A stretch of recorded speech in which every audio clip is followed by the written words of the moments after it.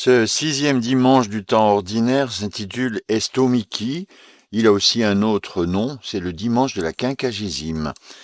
La liturgie s'ouvre aujourd'hui sur le psaume 30, opérant un tournant dans la prière de l'Église. Depuis Noël, en effet, nous contemplions la manifestation glorieuse du Seigneur. À présent s'annonce la montée pascale. Ce psaume est celui que le Christ a prié sur la croix. En tes mains, je remets mon esprit. C'est une prière filiale, celle du Fils du Père, celle du Fils à son Père, que nous pouvons faire nôtre, évidemment, puisque nous sommes devenus fils dans le Fils. Le Christ nous invite à mettre notre confiance en Dieu le Père, notre protecteur, notre refuge et notre force, lui qui a promis d'habiter les cœurs droits et sincères. Estomiki in Deum protectonem et locum refugii ut salvum me facias. Coniam firmamentum meum et refugium meum estu, et propter nomen tuum dux micieris et inutrias me. Et le verset c'est In te domine speravi non confundar in aeternum in justitia tua libera me.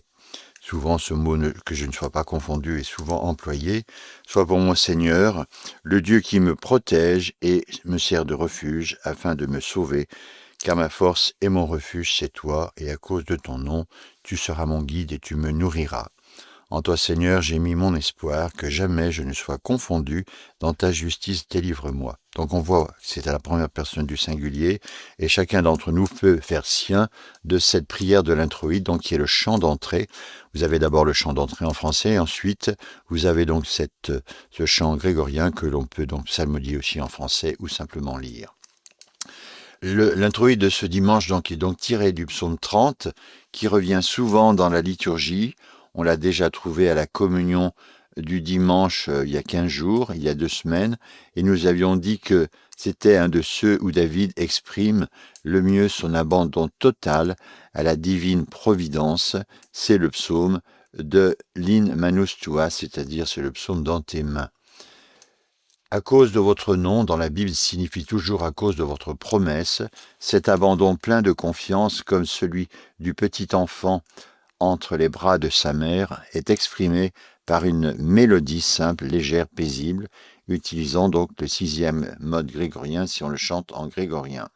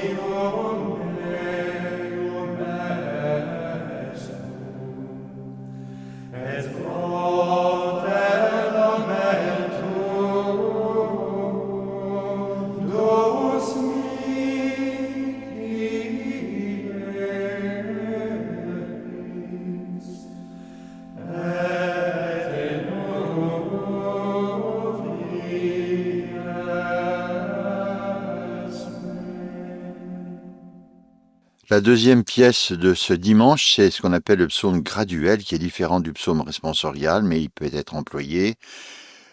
Tu es Deus qui facis mirabilia solus, notam fecisti in gentibus virtutem tuam.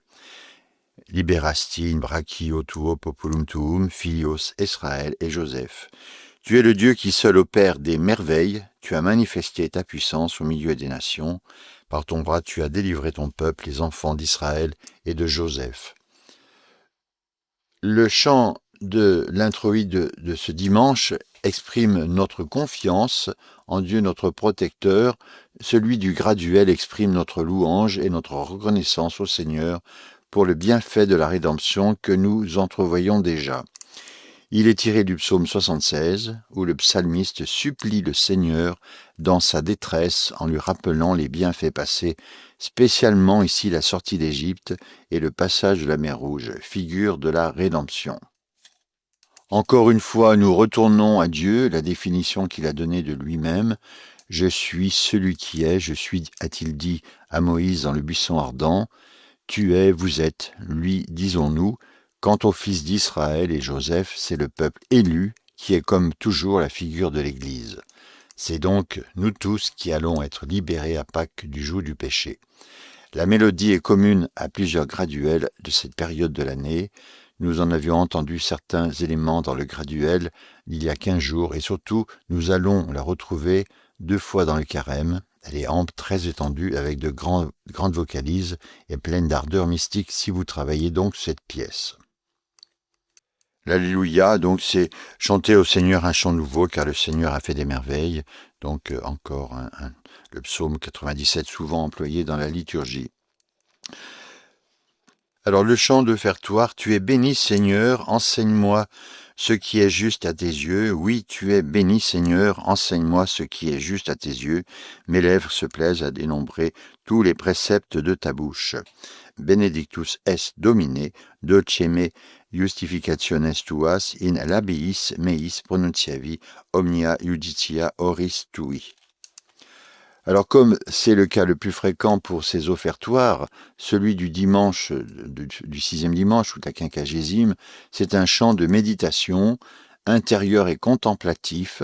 Le texte est tiré du psaume 116 que nous trouvons ici pour la première fois depuis le début de l'année liturgique, mais que nous retrouverons assez souvent. C'est le psaume le plus long du psautier. Il ne compte pas moins de 176 versets consacrés à la méditation sur la loi de Dieu et sa volonté. Contemplation admirative qui se prolonge comme une rumination.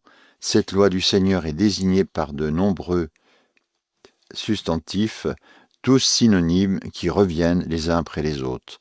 Justificationes et judicia, qui ont tous les deux la même racine, celle de la justice, c'est-à-dire de la perfection de la volonté divine.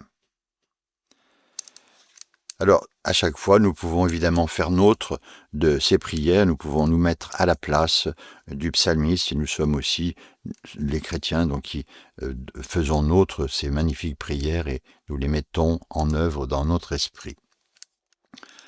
Alors, la communion maintenant, une très belle communion, ils mangèrent et furent pleinement rassasiés, le Seigneur combla leurs désirs, non leur désir ne fut pas déçu.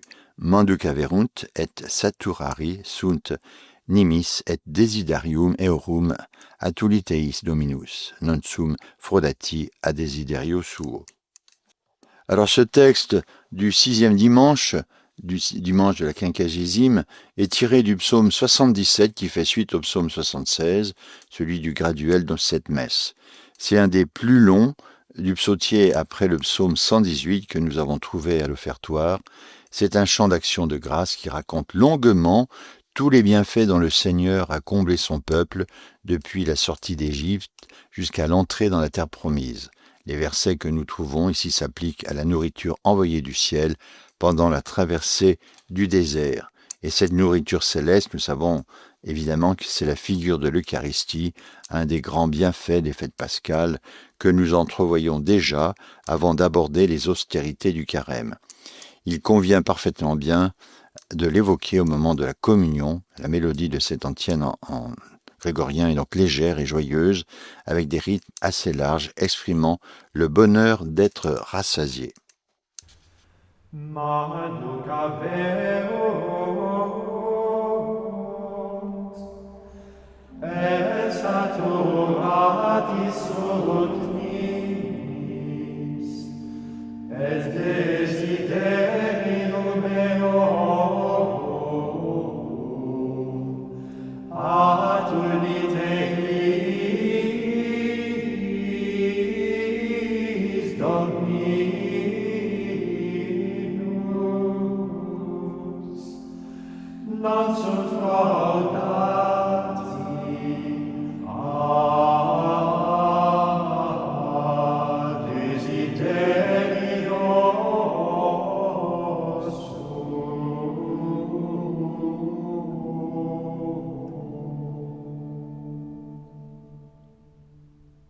Alors je voudrais, pour terminer donc cette émission, vous parler du chant noté de l'Assemblée. Dans quel contexte est née cette idée de réaliser ce chant noté de l'Assemblée, qui est appelé communément le Sénat et qui a eu finalement assez peu de succès depuis 2021? On sait que depuis une quarantaine d'années, la production de 400 ou 500 chants nouveaux par an est un signe d'un grand désir de chanter, mais elle pose vraiment des questions. En recourant à des chants systématiquement nouveaux, n'empêche-t-on pas les mots de la foi d'habiter notre mémoire et de nous constituer comme croyants? D'autre part, est-ce que tous les chants parus sont aptes à aider les fidèles à entrer dans les grandes attitudes spirituelles que demande et propose la liturgie? Et il est navrant de voir que dans beaucoup de paroisses, il n'y a plus de répertoire commun et qu'on prend les chants à la mode, que souvent d'ailleurs on est incapable de chanter. Enfin, l'art de célébrer, l'art étant entendu ici au sens que lui donnent les artisans, exige une attention particulière non seulement à la mise en œuvre du chant, mais aussi à la justesse des gestes et des chants choisis selon les moments de la célébration. Alors, depuis le début des années 90, les évêques de la Commission épiscopale de liturgie et de pastorale sacramentelle avaient souhaité répondre à ces questions en proposant une promotion de chants visant à désigner ceux qui, publiés au cours de chaque année, servent au mieux le projet de l'Église dans la liturgie. Ils espèrent ainsi favoriser la mise en œuvre d'un répertoire commun, utile pour les regroupements de paroisses, les manifestations diocésaines. Donc les critères qui déterminent cette promotion sont à la fois le texte, la musique, la théologie, avec toujours l'aspect trinitaire de la foi, la justesse par rapport au Seigneur, la justesse par rapport entre la grâce et la liberté, entre dimension morale et théologale, entre approche individuelle et de l'Église, et pastoraux, c'est-à-dire l'accessibilité des chants à une paroisse ordinaire. Dans le droit fil de ce travail, des évêques de la Commission épiscopale francophones ont voulu poursuivre en réalisant un manuel de chant francophone, le fameux chant noté de l'Assemblée, paru en 2001. Ce livre n'est donc pas le fait d'un éditeur, ni d'un particulier, ni même du service musical du CNPL. Il a un statut particulier auquel ne peut prétendre aucun autre recueil de chants. Il constitue un manuel des églises francophones. Et il est malheureux de voir que maintenant, 24 ans après, cela n'est pas encore le cas, que ce chant, ce manuel est rentré en œuvre dans très peu de diocèses et d'églises. Ce manuel est le fruit du travail d'une équipe placée sous la direction et le contrôle des évêques, qui a fait l'inventaire des partitions disponibles dans les pays francophones, qui a chanté les musiques, évalué les textes, demandé l'avis de dizaines d'experts et porté au mieux le souci de tous les courants spirituels de tous les âges. Certes, depuis 2001, il y a eu de très belles productions de chants, qui sont d'ailleurs appelées par les évêques chaque année, mais ça demeure quand même le fond de ce qui devrait être dans les paroisses, et il est malheureux de voir qu'au fond de l'Église, eh bien ce manuel n'existe pas, il n'y a même pas un exemplaire, donc il faut absolument se ressaisir et reprendre ce chant noté de l'Assemblée.